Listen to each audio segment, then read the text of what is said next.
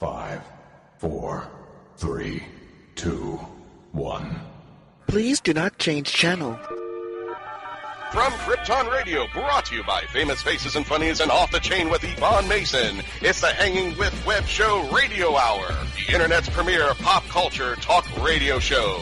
You're tuned in, you're logged on, and now your hosts, GW Pomichter and Christian Basil. Who are you hanging with? Hello, Krypton Radio. How's everybody doing tonight? I'm GW Pomichter, and you're listening to the Hangin' with Web Show Radio Hour. Our co-host, Christian Basil, couldn't be with us tonight. Unfortunately, he is nursing some form of bug. And so we miss you, Christian. We hope you're listening tonight. But we have some great guests lined up for you here in the studio. I'm GW Pomichter again. We're here with... I am not Christian Basil, but I am Sage Ia. And... That's right. And on our panel tonight, we have some amazing storytellers, Hanging with Web Show alums and good friends. We're going to be joined tonight by author Michael J. Allen, who is responsible for the Scion series and the Bittergate series and Other and Sundry. If you just Google Michael and you'll see all of his wonderful work. And we're also joined by our good friend T. Allen Diaz, who is the author of the Procina trilogy and the Lunatic City series, which is one of my favorite space series. So and we're gonna be talking tonight about epic storytelling, and you can basically an epic story, guys, is a story that the universe expands and expands and expands. It's a story that is grand in scale, epic. And whether you're talking about simply taking a smaller story and serializing it and turning it into a bigger story, or whether you're talking about building from the very beginning a universe where multiple stories and multiple things can be happening, those are epic stories. And for those of you on Krypton Radio, you will recognize those definitions because you know that just about every story that you're familiar with today is somewhat of an epic tale. There's no beginning, middle, and end, and you're done and you're out anymore. Storytelling has evolved way beyond that. People want more. They want deeper stories. They want richer characters. They want more characters. I remember growing up and you had stories that had, there was a protagonist, a lead character, and he won at the end and it was all over. His story was told and you were done. Today we have ensemble pieces that are, 9, 10, 12. I believe the last Marvel movie counted up 41 superheroes. That's crazy fun. Yes, that's crazy fun. So we're building epic universes, epic stories, and we're going to talk to Michael J. Allen and T. Allen Diaz about that in just a little bit. And before we do that, though, this is Krypton Radio and the Hangin' with Web Show, and we've got some pop culture news. So without any further ado, here we go. And now, all the pop culture news that's been spread. Here's Sage Ia. Okay, ready for some pop culture news? I just love your little intro there. That's kind of cool. I know. I love it, too. Thank you, John St. John, Duke Nukem, for Sage's intro. We just love it, and it makes me smile. It makes me feel special. Yeah. You know what else makes me feel special? What else makes you feel special? Penny Dreadful has been renewed for another season on Showtime. That makes me feel special, too. I It know. really does. I'm excited about that. When they said Penny Dreadful was over, I was crushed. I did. I was very sad because they had done some amazing things with these characters. And you could see that it was going to go somewhere else. Penny Dreadful for Showtime was what League of Extraordinary Gentlemen was supposed to be. Yes. Yeah, excellent. Excellent storytelling. It was really just... See what I did there? Yes. Almost epic, one would say. Speaking of epic storytelling... Oh, okay. The new Game of Thrones prequel actually has a title and a star. So it's going to be called... Wait a minute. To have a star on Game of Thrones is... Okay, to start out, they're going to have a star. They're going to have a star to start with. Okay? All right. She might it's stick not around. Sean Bean, is it? Because if it's Sean Bean, we're done. It's not Sean Bean. Okay. Okay, it's Naomi Watts. And we know her from Allegiant and also from the revitalized Twin Peaks. Yeah, okay, yeah. So, and the series is going to be called The Long Night. Yeah. Yeah, I know. That's foreboding, isn't it? Yeah, it is. Yeah. Yeah, it is. Just a bit. But I'm looking forward to just wrapping up the Game of Thrones saga, the Song of Ice and Fire saga, this coming season. I'm really stoked. Yes, awesome epic battles we have to look forward to there. So, you know what else we have to look forward to coming up actually very soon, which is not Game of Thrones. It's Riverdale. Now, I love how they've changed the Archie comics and they've made it dark, but then they decided to treat all of us 90s kids, and they're going to be doing a Breakfast Club episode where all of the main teen cast are back in time playing their parents. And I love that Anthony Michael Hall is running the Breakfast He's Club. running detention. That's awesome. That's it. And I know, probably there's a whole generation of young people watching the show who didn't get excited when they saw the commercial. They were just like, what is this? No, that was for us. Oh, that was all for us. Yes. Yeah. Absolutely it is, just so. to get us involved. And then the last piece of news I have will actually go into part of what we're talking about tonight. Jason Momoa is in the news. Uh-huh. He is getting his own Aquaman statue for Madame Tussauds in Orlando. Ooh. Yes, they're going to open that up. It's going to be Justice League, A Call for Heroes, and the exhibit opens in Orlando December 4th, 10 days before the movie premiere. So December 4th, the exhibit will open. The Jason Momoa Aquaman Yes, Madame Tussauds. with his trident and Yes. his awesome pose. So what you're saying is that ladies, get there now. Get in line, because they're going to be lining up starting now. That's true. Because the statue looks super hot. It looks just like him. I'm just saying. Ladies, if you're out there and you want your picture taken with Jason Momoa or a wax statue that is so lifelike it's gonna scary. Yeah, it'll melt. It'll melt. That's going to have melted handprints in places I don't want to know about. Oh, boy. It is. Just saying. So... All right. That's your pop culture news. Yes. Outstanding. Well, you know what? That last bit does lead us into our topic, because tonight's topic is epic storytelling. It is long format storytelling. We are joined tonight by epic storytellers. We are joined tonight with author by Michael J. Allen, the author of the Scion series and the Bittergate series. Michael, are you there? I am here. Hey, man. Thanks for hanging with us tonight. And we're also joined by our good friend T. Alan Diaz, the author of the Procina trilogy and the Lunatic City series. Thad, how are you, man? Doing great. Garrett, how are you doing? Oh, pretty good, pretty good. Well, I'll tell you what, our topic tonight, guys, is epic storytelling and the growth that we've seen in expanded storytelling over the past several years. You guys both work, and your work is in building universes that can be expanded and that have more serialized or epic tales to them. What draws you guys to writing these kinds of stories? And Michael, we'll start with you. Well, pretty much the same thing that draws me to writing them was reading them. And epic storytelling gives the reader the ability to not just go on one adventure, but to become part of the lives of the characters involved. That's amazing, man. And Thad, what about you? What has drawn you into telling long format stories?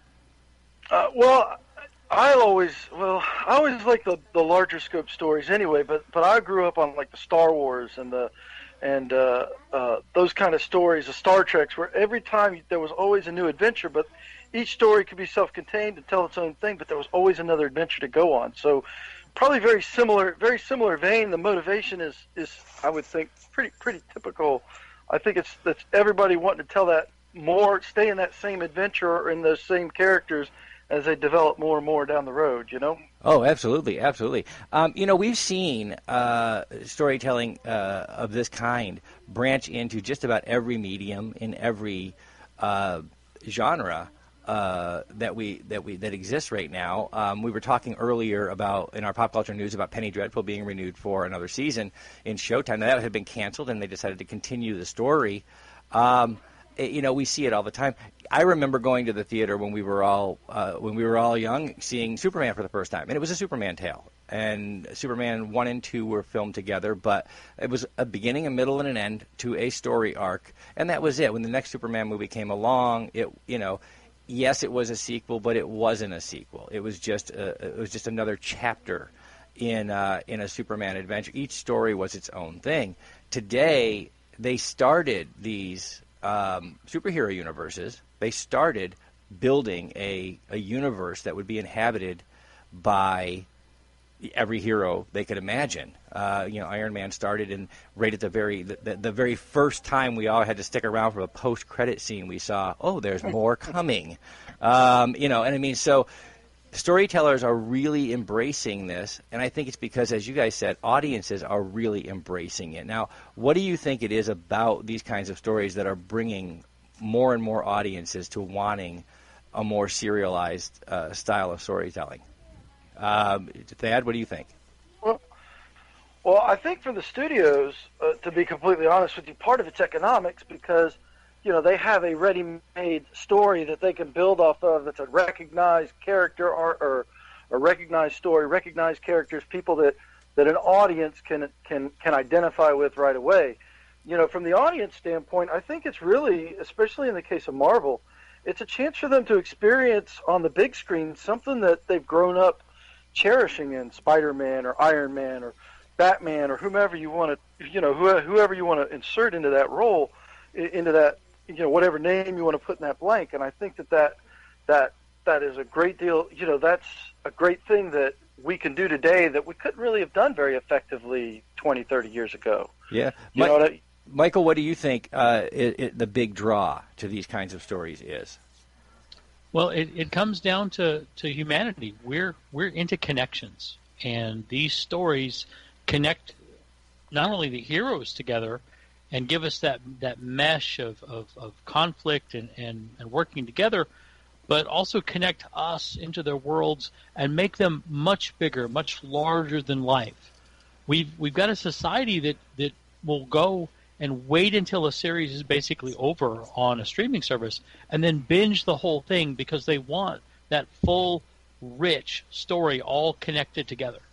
Yeah, no, and it is. I think it's one of those things when you get into creating these universes for multiple characters to inhabit, where you can get more in-depth studies in character, which is something that is, I can remember seeing movies and reading books when I was younger, where characters tended to be very two-dimensional. They were the white hat heroes and the black hat villains of the day. Spy versus spy. Yeah, but I mean, today, people want more rich character development. They want more real characters, hyper-real, perhaps melodramatic versions or variations, but people seem to want to know more. They want to know what drives a hero. They also want to know what drives a villain. Good villains today are very three-dimensional. There's no just big baddies. Yeah, because they don't think that they are the villain. We went back and took the biggest big baddie flat hero in Darth Vader and created a backstory so that we had a more rich character study. So when we come back, we're going to dive in a little bit more to epic storytelling. In the meantime, we're going to pay some bills, and we're going to thank some of our sponsors by letting them go ahead and tell you about what they've got going on. So we'll be right back. It's Germany, 1938. Charlotte is a 15-year-old girl living in the Jewish quarter. George lives in the city proper, and enamored by Charlotte's charm and grace when she wanders into his cobbler shop, George decides right then and there that he is going to marry her. Follow along as this unlikely couple struggles to stay one step ahead of the Gestapo and their dramatic escape from Nazi Germany. Good things always happen in springtime, from author Joanne Fisher, on Amazon.com today. Channeling the Mothership is an exciting journey into the higher mysteries. Certified psychic medium and clairvoyant Jerry McDaniel's readings, writings, and messages have been received by thousands of people in more than 45 countries. These messages have been obtained by channeling his higher self. How does he do it? Is it a blessing or a curse? And what lay beyond the reach of your five senses? These mysteries and so much more are examined in this explosive book, Channeling the Mothership. Explore the mysteries of the spiritual and the metaphysical. Channeling the Mothership by author Jerry McDaniel. Available on Amazon.com today. Hi, I'm Cosplay Michael with the Hangin with Web Show, and you're listening to Krypton Radio. And remember, cosplay's for everyone. All right, welcome back, everybody, to the Hangin with Web Show Radio Hour. I'm GW Pomichter. I am Sage Ia. And... And we are in the studio right now. We have on the line author Michael J. Allen and author T. Allen Diaz. And we are talking about the growth in epic and long-format storytelling in recent years.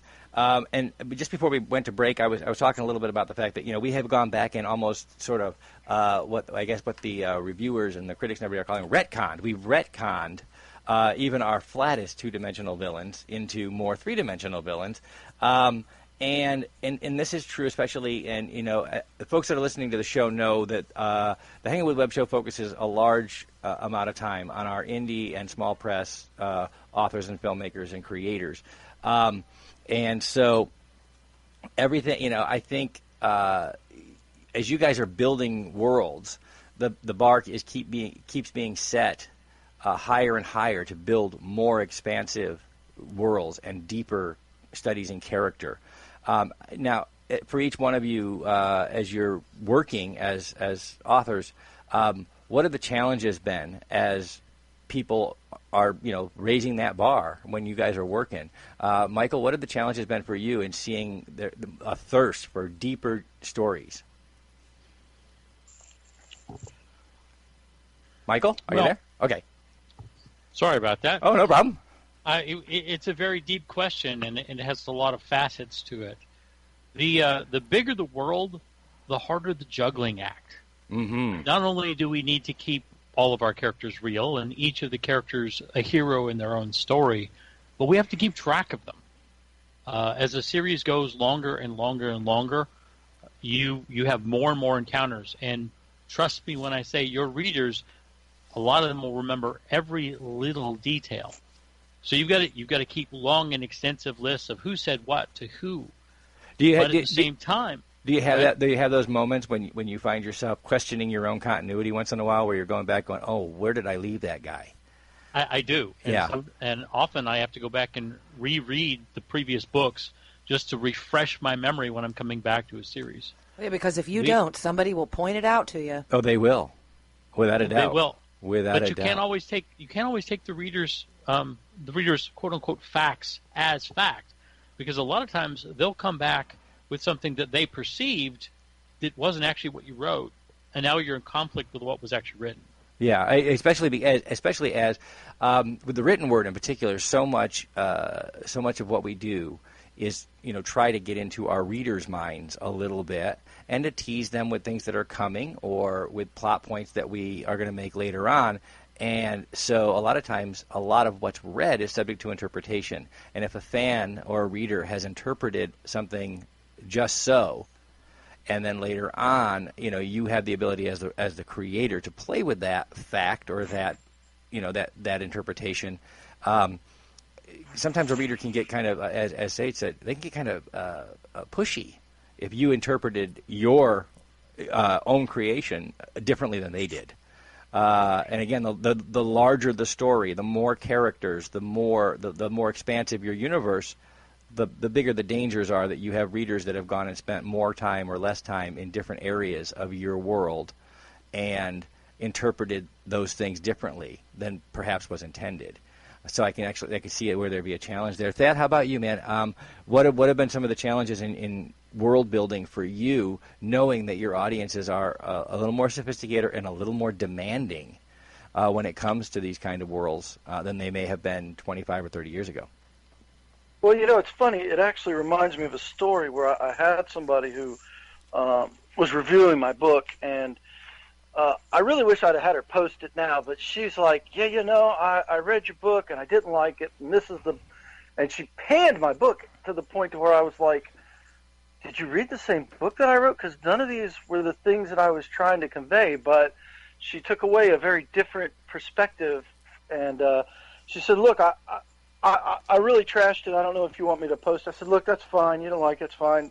But now I was like, I appreciated her giving me the chance, but I really wish I'd have just let her, you know, I just said, just roll with it. But yeah, it's funny how you can get a completely different perspective, and they will, the reader, it becomes kind of their own when they start to read your stuff, and you have to realize that, you know. Well, go ahead, Thad. No. But anyway, it is hard. It is difficult, and I find that I like to write on a big canvas. The Prasina trilogy is a really big canvas. I would say that Lunatic City is a little, not quite as big, but it's still not small. Well, now many readers may not know this, that Lunatic City is a part of a much more expansive universe, because Thad and I have contrived a way that the Here comes the shameless plug. great noir detectives in the Lunatic City series are actually the great-great-great-grandson of the noir detective in the Lucky Marks mystery series. That's right. So it's really a much more expansive universe than readers know. Well, you know what? I'm suddenly feeling very left out. From Michael, 1945. from 1945 until the future on the moon, and now Michael has to fill in the gaps. That's the writer's chance. It is November, right? So it's what is it? What's it? NaNoWriMo. Yeah. So Michael, your challenge is to fill in the gap between Lucky and his great-great-grandson. Right. That's awesome. Yeah. But you know what? That does remind me of something. Yeah. Speaking of Lucky, because after you were done with the first book, you thought you were completely done. Yeah, I did. But I did. Then people wanted more, right? They said, "Hey, what's happening next?" With When's this the next case? So I wonder if anybody else runs into that. We're running into that, like when I mentioned Jason Momoa earlier with Aquaman.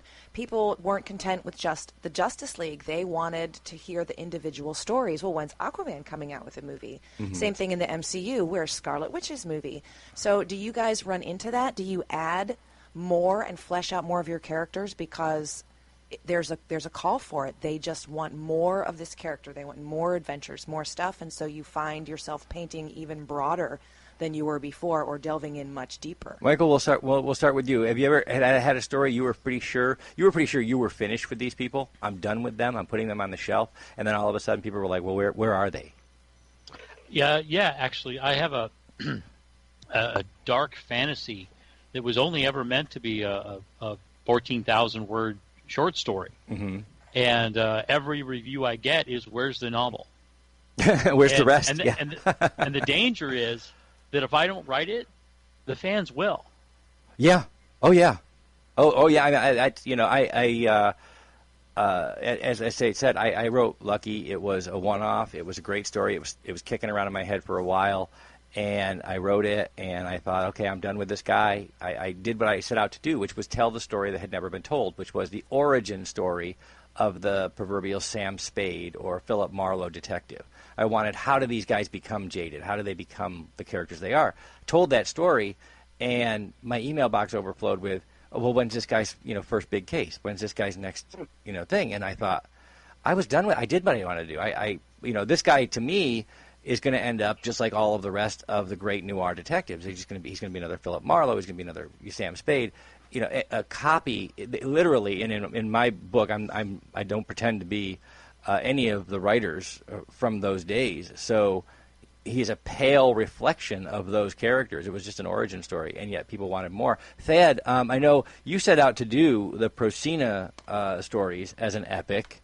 Yes. But what about Lunatic City or your other stories? Have you ever found yourself in a position where you thought you were done, and then everybody else was just like, no, you're really not done. We want more. Well, I might be. And what I mean by that is, so I have a definite beginning, middle, and end of the Frank Parker series. Uh-huh. Lunatic City is set to be 4 parts, maybe 5, but probably 4. And I'm already getting people going, well, you're not going to stop doing this, are you? Just because this is, I mean, I had a guy that he's a high school friend of mine, and he just made me feel like I can't stop writing it because he loves it so much, and he's so, and I'm getting a lot of support like that from a lot of my readers, and so it's like, wow, when you get that kind of feedback, you're like, yeah, all right, I maybe I'll see, but you always want to be careful because I like to wrap up stories. I don't like to leave them open ended because I don't want to ever jump the shark, Yeah. Yeah, well, and that is the danger. That is what leads me to my next question, which is when you're writing an epic tale, or when you have found that there's demand for more of a story, what are some of the pitfalls you face in going too long or running too deep or having too many characters. What are some of the things that worry you, Thad, about creating a universe that's maybe too expansive? Well, the universe itself, I one of the things that I always try to make a rule is characters first, right? So I want to have a really cool story. I really want to have a great, expansive, huge backstory. I mean, War of the Gods is unbelievably large, which is my upcoming project. But it is essentially a character story, and it needs to be. And you need to know those characters and the journey that they're on and the things that they learn and the prices that they pay or don't pay, the rewards, whatever it is that you want. Now, I've got a map for usually all of my characters when I sit down and I write a story arc for a set number of books. But I always have a destination. And when you get to that destination, part of what makes those stories great is developing these characters and the lessons that they learn and the changes they go on and the journeys that they go on. And you will get to a point where their journey is complete. And you really run the risk at that point of, I've already used the expression jump the shark, but it can become stale because you had a plan, you had a vision, it's fulfilled. There's nothing, now you've got to really struggle to find the next journey, that next story. Yeah. Right. Yeah, Michael, how about you? What do you think some of the pitfalls or dangers are of, letting a universe run too expansive or letting a story run too long?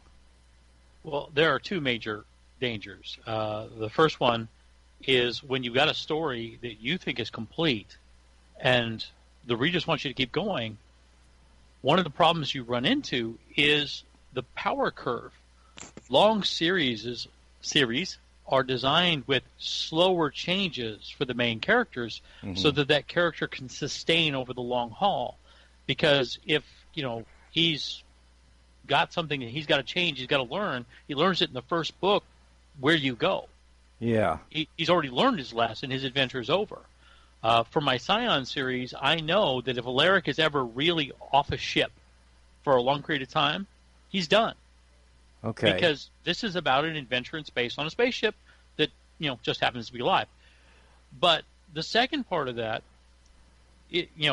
beyond just the fact that you can come to a point where you can't really grow it anymore, is over amping the power. It's much easier in fantasy, or much better in science fiction. But if everything keeps getting worse and worse and worse, and you have to get more and more powerful to deal with it, then at one point, I think you're fighting gods, and it ceases to be relatable for the reader. Yeah, no, that is a danger, and we see this oftentimes. Obviously, in the world of storytelling, we the three of us, we sit with our keyboards and we tell, we written word stories, and then who knows, someone comes along and makes a film or makes a television series or does whatever.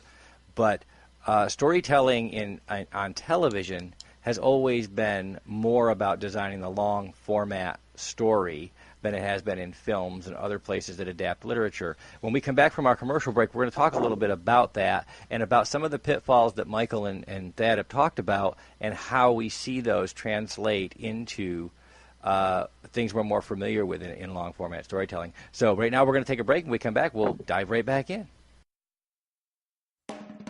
Grab some altitude and adventure together at Pound the Grape. It's all about an adventure above the crowd. There's always something different happening there, from painting to food pairings to dancing. But one thing's rock solid, people sharing incredible wines from around the world. And if that's not what puts Lift under your wing, try their craft beer. Grab some altitude and adventure at Pound the Grape. Find more at poundthegrape.com. Poundthegrape.com. Pour a glass of adventure. Famous Faces and Funnies in Melbourne, Florida is leading the way in pop culture fun. From comic books and graphic novels to Funko Pops and collector's items, Famous Faces and Funnies has it all. Rick Shea and the professional team at Famous Faces and Funnies are friendly and knowledgeable. Whether you're looking for toys, props, collector treasures, or a new comic book, Famous Faces and Funnies is your one-stop shop. To find Famous Faces and Funnies on Facebook and Twitter, just type at FFF Comics. All right, welcome back, everybody, to the Hangin' with Web Show Radio Hour. I'm GW Pomichter. I am Sage Ia. I'm Dina Marie. And we are in the studio right now, and on the line we have author Michael J. Allen and author T. Allen Diaz, and we have been talking about the growth and popularity of serialization or epic storytelling. It's a long-format story. It's a more epic universe. As Thad indicated, it's a deeper study in character. You need more well-rounded, more real characters who you believe can exist in the real world with you. To make these things believable. Now, long-format storytelling has been a staple of one medium in particular, and that is the television. Going back to its earliest roots, where everything was taken from the silver screen or from books or from literature, and then drug out over kind of a serialized formula. However, Thad used a phrase that's very common in that industry, jump the shark. The danger is each season, each arc of a story has to be grander and grander to keep the same audience. And when you're telling stories like that, the danger that Michael pointed out was the more grandiose you get, the less relatable the story is.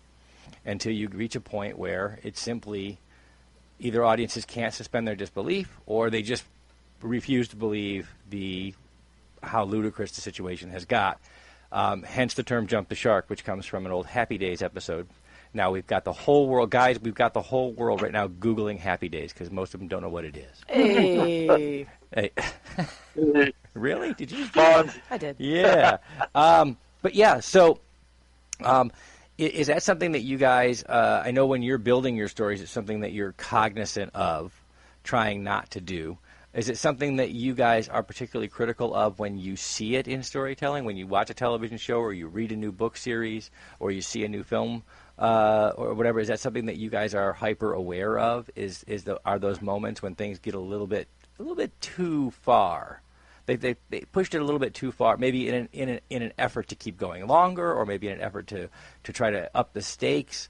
Is there a place where you guys are particularly vulnerable to going, oh, God, I can't believe they did that? Michael, we'll start with you. It definitely is for me. I can think of several authors, and I'm not going to name names, but they're halfway through a 20-plus book series, and the hero's already fighting the gods. To go back to my earlier statement, and I'm sitting here going, how are we going to sustain another 10 books like this? Yeah. Where do we go from here? Thad, how about you? Are there places where you're particularly hyper aware of those things? I'm a pretty fickle reader, to be completely honest with you. I've got to be sustained. So yeah, if we start getting into that, where I'm rolling my eyes or I'm going, I'm not sure where we can go from here, I'm probably on to something else. Yeah. Before too long. See, that's how I feel about the current season of Arrow. I'm like, really? Come on, can't we have somebody new to fight against? I was going to say, therein lies the danger again in that long format storytelling is that do you get repetitive? Are there moments when your character who, as Michael alluded to earlier, part of the process of storytelling is watching your character evolve, change. The journey is meant to change your protagonist in fundamental ways that everybody can understand. Is there a danger in telling a story so many times over and over again that it's the same change happening over and over again? And people don't generally tend to do that. Some people backslide here and there, but people don't generally change fundamentally. And then the very first episode of the next season, oh, here we are again. It's like last season didn't happen at all. Yeah. Right. Yeah, and I mean, and the same thing does happen in novellas and novels and even comic series. It happens in the written word too, where a character takes one journey, and at the end of that journey, he's fundamentally transformed. But then the next book opens up, and it feels like you're in chapter 3 of the first book, because that transformation doesn't seem to have taken hold. If I could make an observation, sure. One of the things that I loved, although they did probably overstay their welcome by about a season, about Battlestar Galactica, the reimagined series, was the fact that they love to take their characters and put them in places where they're not entirely comfortable.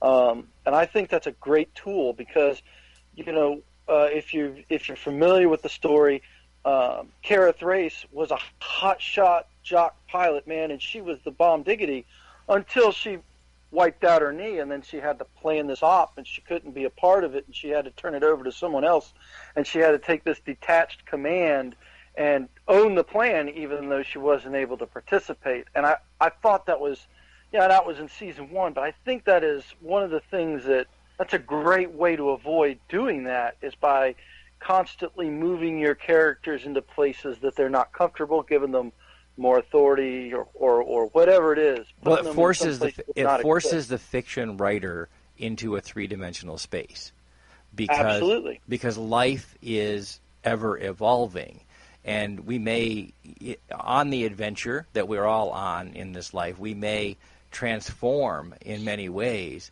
leaving many more as we continue to evolve as human beings. And when you force a fiction writer into a three-dimensional space where life is ongoing, you have to continuously search for those ways that a character who's already transformed will transform again. And the danger is, writing is difficult, and we're going to say that for everybody on Krypton Radio and for all of our creative friends out there. Writing is a difficult art form. And one of the things that makes it difficult is we're all human, and as human beings, there are moments in our careers or our creative process where we get lazy, and there is a temptation in serialization to get lazy and to say, okay, let's do the same story again from a different perspective, as opposed to creating new dilemmas and new transformations for our characters. Michael, how about you? What do you think of that idea? Where is the danger in getting repetitive in our stories? Well, yeah, repetitive is always a danger, but that's where the strength of the larger ensemble casts comes.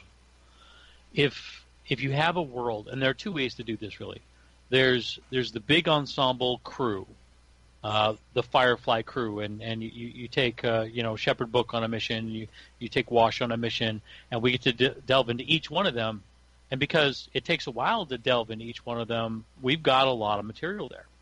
Mm-hmm. The other way to do it is in like trilogy sets, but your readers have got to be forgiving on this one, because if you go back to Terry Brooks and the old Shannara series, the first couple books were one generation, and then it was the next generation, the children or the nieces and the nephews, and it kept moving like that. And as long as your heroes and your challenges were different people and different challenges, it was okay. Because the same transformations were acceptable because there were different characters and a different generation and a new way of telling the same transformative story.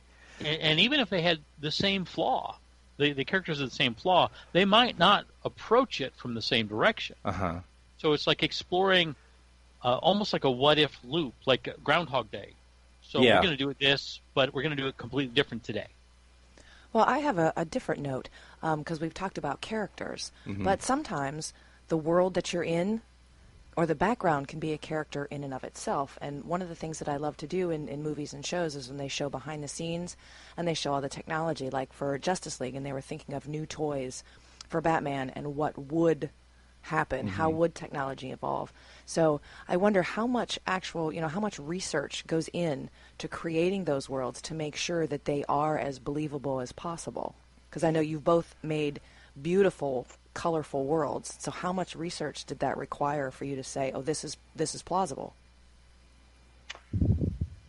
Okay, guys. Let's start with that there, and we'll start with that.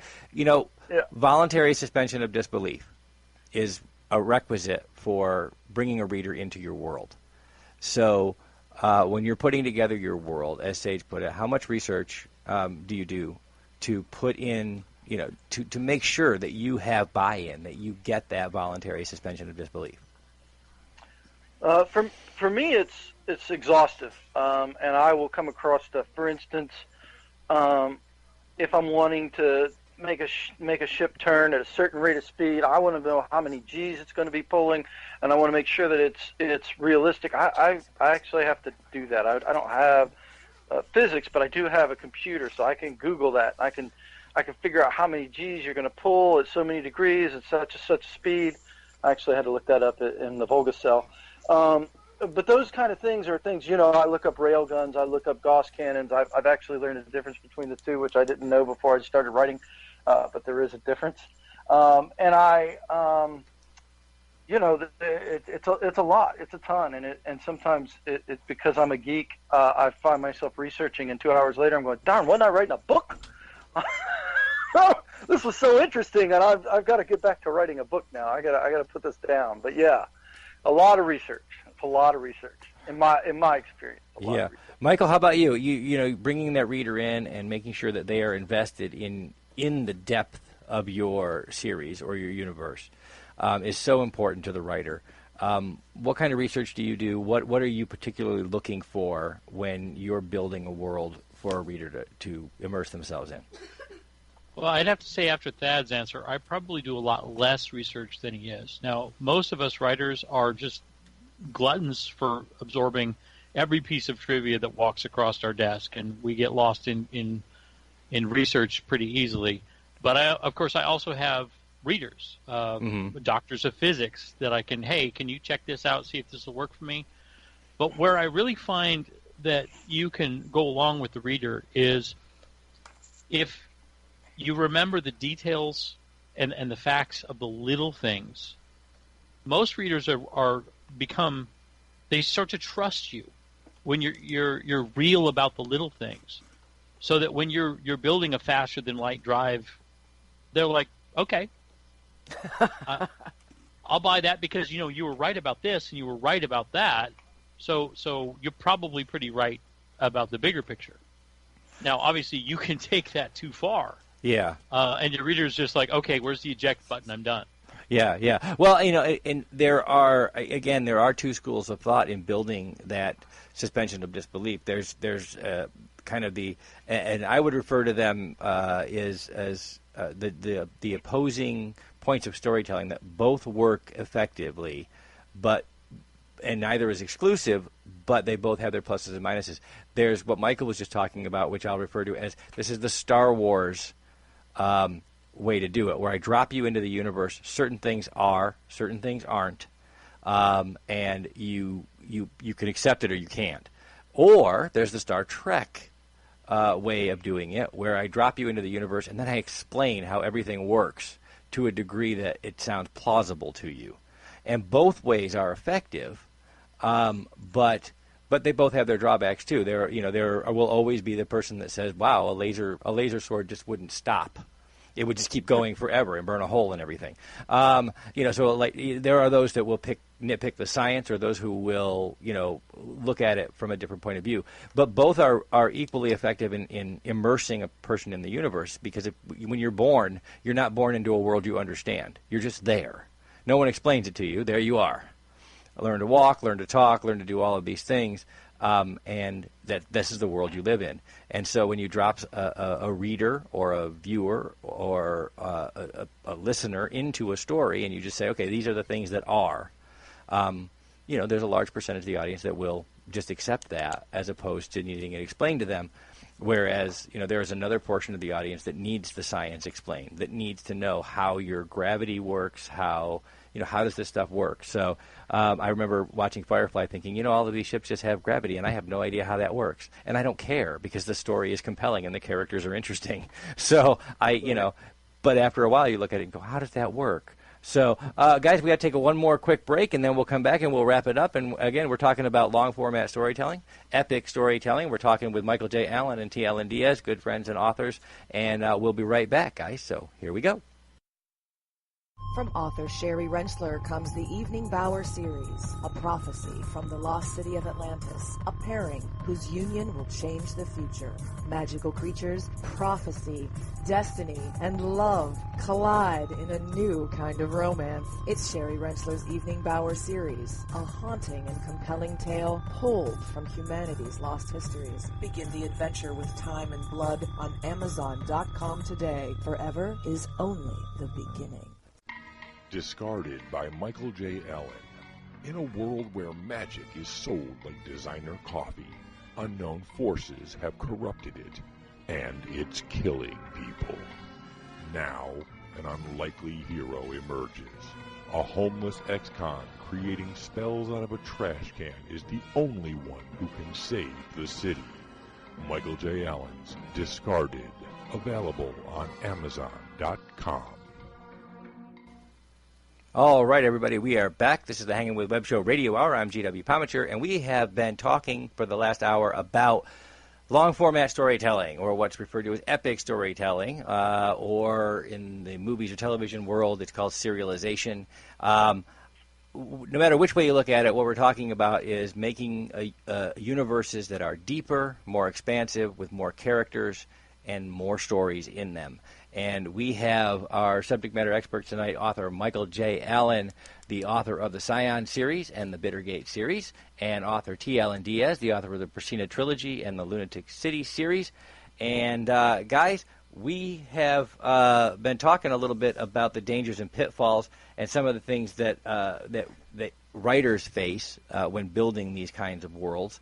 And we've also talked a little bit about the importance of keeping our readers and watchers and viewers and immersed in a universe. But writers are readers, and storytellers like to have a good yarn told to them as well. So aside from your own work, I'm going to go to each one of you and find out what is an epic universe that you are particularly enamored with, one that you really enjoy immersing yourself in.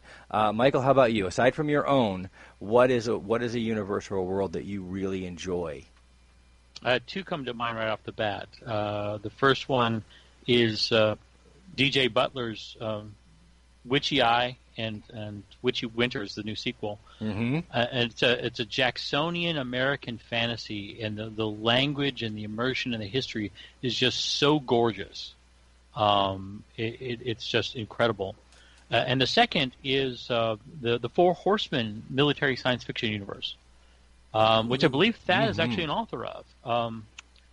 But in that one, you have this entire universe of thousands of alien races and planets, and an epic scale written in by dozen authors. Yeah, well, that's the great thing about having an anthological spin to a universe, a shared universe where multiple people can play and create their own characters within that universe, and that's kind of that's always a lot of fun to see. And the Four Horsemen is a great way to dive into that. As Thad would say, boom diggity. Boom diggity. As he would say, that's right. Thad, how about you? Aside from your own universes, what is a particularly epic universe that you enjoy? Well, Dave Butler's going to get some traffic out of this one, because I was not going to, although I do like his Witchy series, I love the City of the Saints and what he does with that. It's very similar as far, it's a little bit different. It's steampunkish. I guess it is steampunk, but it's an alternate history where Edgar Allan Poe and Sam Clemens are rival spies, one for the Union, one for the Confederacy. Sam Clemens for the Union, and Poe for the Confederacy. And it's just it's a heck of a yarn. I tell them, when are you going to write me another one? Because I love that story. And that was going to be my choice. Actually, the 4HU, Michael, thank you for the plug. I know we're in a little bit of a competition there, because the Lion's Den and Luck Is Not a Factor are kind of trying to run neck and neck. Hopefully, we're going to get that orange tag and keep it longer than you guys did. How about that? So yeah, that's what we're all about on the Hangin' with Web Show, everybody. We love it when our creative artists are in a friendly competition with each other. We also love it to see sharing the love to another Hangin' with Web Show alumnus, DJ Butler, who is always doing fantastic work. And so that's awesome. And what I love about those answers is that they both went with other small press and indies. Yeah. I love that. I love that, because we read each other. Well, you find a lot of good stories there. A lot of good stories in the Quincy Allen is another one that if you guys are out there looking for an indie writer, Quincy Allen, he's starting to make it big. Of course, Dave he's with Bain. Dave now, is on with Bain now. That's right. So it is a great journey. The author's journey is a great journey, as well as the journeys of their characters in their stories. Guys, we wanted to take a few minutes here before we have to wrap the show up to talk a little bit about each one of you and your work. So I'll tell you what, I'm not going to mention your titles again. I'm going to let you pick what you want to tell the world about. So, Thed, what are you up to lately? What's coming down the pike? What do you want to tell everybody about that's coming up? Well, I'm gonna plug two things. Number one, actually, I guess three. But real quick, Lunatic City's sequel, Pandem Redemption, is out. If you guys like detective noir, if you like cyberpunk feel that's more of a noir, that's definitely going to be your cup of tea. And I just I do have More Tales from the Lion's Den. Luck is Not a Factor. The Three Gladiators is my contribution. It's a short story, and it is out now on Amazon. Four Horsemen universe. That's a very immersive thing, very immersive universe with a lot of great storytellers involved. Michael Allen is one of them. He's a little humble and doesn't tell people, I guess, but he really is, and we had a lot of fun. I have a lot of fun writing that. But my big project right now is War of the Gods. Just went off to the editor. I just commissioned the cover today. I am really looking forward to hopefully a mid-December launch, and that is going to be a Napoleonic epic fantasy, flintlock fantasy that is kind of a Clash of the Titans. Borrow a little bit from that. Borrows a little bit from history, a lot of history, because I'm a huge history buff, and a lot of excitement for me. I'm really, really proud of it, and looking forward to it. But it is going to really be one of those epic tales that were like what we're talking about now. Awesome, Michael. How about you? What do you want to plug tonight? What do you got coming down the pipe? Well, I've got actually quite a bit working. One of the things I'm really, really excited about is Scion of Conquered Earth, which is the first of the Scions. The audiobook came out this last Friday. Yes. I saw, that was awesome. We've been tracking that. And the narrator did such an incredible job. And you have to understand, for a writer, I've read that story over and over and over and over and over again, and yet I'm listening to it and I'm riveted to his voice. It's just really incredible. The story's pretty good, too. On top of that, I have my second Dumpster Mancer is due out beginning of next month. So I heard a little bit of a plug for Discarded earlier. The homeless ex-con is back, and nice. Things are worse than ever. And things are worse than ever. Wow. All right, man. All right. Well, we are getting ready to wrap it up here in the next few minutes. But real quick, we've talked all hour about epic storytelling, the dangers, the pitfalls, the excitement, what draws people to those stories. And we talked a little bit. We asked you earlier, aside from your own, what epic universe you liked. But for each one of you, give us one example of an epic story that you've read or seen or watched. An epic tale that you've heard that you didn't like, that missed the mark, that fell prey to all of those pitfalls that we talked about earlier on. And we'll start with you, Michael. Give us an example of a series that just it wasn't the writing, it wasn't the style, it was just they missed the mark. They fell prey to those pitfalls. That's a tough one, especially since generally we don't talk negatively about other authors. No, and it's not. Again, it's not a negative thing. It's just a story that didn't speak to you. It fell prey to one of those. Yeah. It's not really. I tell writers like the Dresden Files, which I love to read, but I think the series itself it just missed the mark. Exactly. It wasn't as compelling visually as it should have been. Exactly. For what it was. So I mean, it's not about again. The Dresden Files was a good example for me too, because I loved. Yes. Harry Dresden, and I loved the series. I loved what the television series tried to do. I just thought a combination of factors didn't come together, and it missed the mark. It fell prey to that lazy storytelling model, and it wasn't any one writer. It was just the translation from novel to television was mistranslated a little bit, and it had a lot of fans, just missed the mark. Mm-hmm. So, Michael, how about you? I think I'm going to go back to Gene Roddenberry's Andromeda. It had a lot of potential. It did. It did. and at some point it was as if the authors were just trying to rush it out.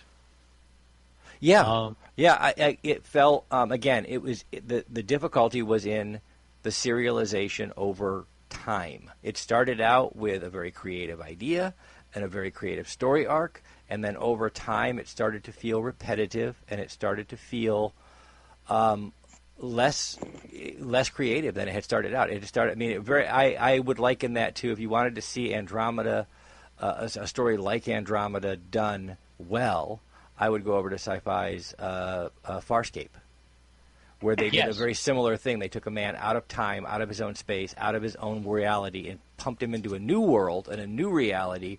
But over the long haul, they were just able to keep it creative and keep creating for the length of the series, whereas Andromeda sort of was not able to do that. They had a great idea and a great concept and a great arc, and we loved the first season back in the day. But when they got around to the last season, they turned the main character into a god. Yeah. Mm-hmm. And it again, you went too high, too hard, too high, too fast, and fell prey to that particular. Again, that was a pitfall we talked about earlier in the show, and that's one of the things that happened. How about you, Thad? What do you think? Is there something that just didn't make the mark? Well, you could do just about any Hollywood movie series. At some point, they kind of jumped the shark because, but I could really be sacrilegious right now. Here he goes. So, I really love the movies for The Lord of the Rings, but I tried to read it, and I had a hard time reading it for some very specific reasons. It just didn't resonate with me. Uh-huh. But Lord of the Rings, I think, would be probably my most notorious. I told you I can be fickle, but that would be my most notorious. Didn't really, nothing. Not saying it was terrible. Clearly, it's not. There's a lot of people that love the books, and the movies were awesome. Tolkien is for anybody out there. If you haven't read the Lord of the Rings series or the original Hobbit, Tolkien is a tough read. It really is. Well, it's a compelling and an epic story, and obviously it has its.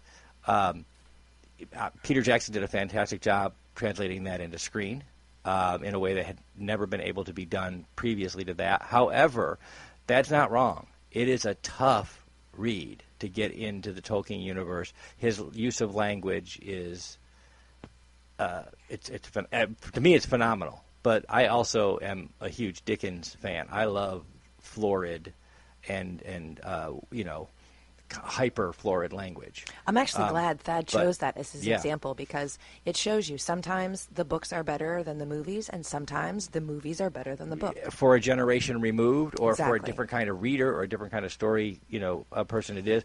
Guys, we've got to wrap it up. I want to thank Michael J. Allen for being on the show with us. I want to thank T. Allen Diaz for being on the show with us. You guys are always a joy to talk to, especially when it comes to talking about storytelling, which is something we could do for another hour or two. With that in mind, we're going to thank our partners and our friends over at Something Unique Magazine, our great friends at Famous Faces and Funnies and Space Coast Comics, our great friend Yvonne Mason with Off the Chain Radio, our friends at Pound the Grape here in Melbourne, Florida, our great friend Gene Turnbow and all the folks at Krypton Radio who make the show happen every single week, our good friends at Embellish FX in Orlando who are just amazing folks to get to know and an amazing shop, and of course Cosplay Michael could spend the rest of his life there and never leave, and our great new friends over at CBS Radio and Radio.com who have been replaying the show, have syndicated the shows, all of the Hangin' with Web show radio shows. All of the shows, including The Legend of the Traveling TARDIS, and of course our brand new show with Kevin J. Kessler at the Just Us Watchtower, and the Hangin' with Web show radio hour, etc. And we want to thank all of these folks for sharing the show. We want to thank all of our authors, artists, filmmakers, and creative minds of all kinds who have shared their talents with us here on the show. Remember, everybody, stay tuned in, stay logged on, and see who we're hanging with next.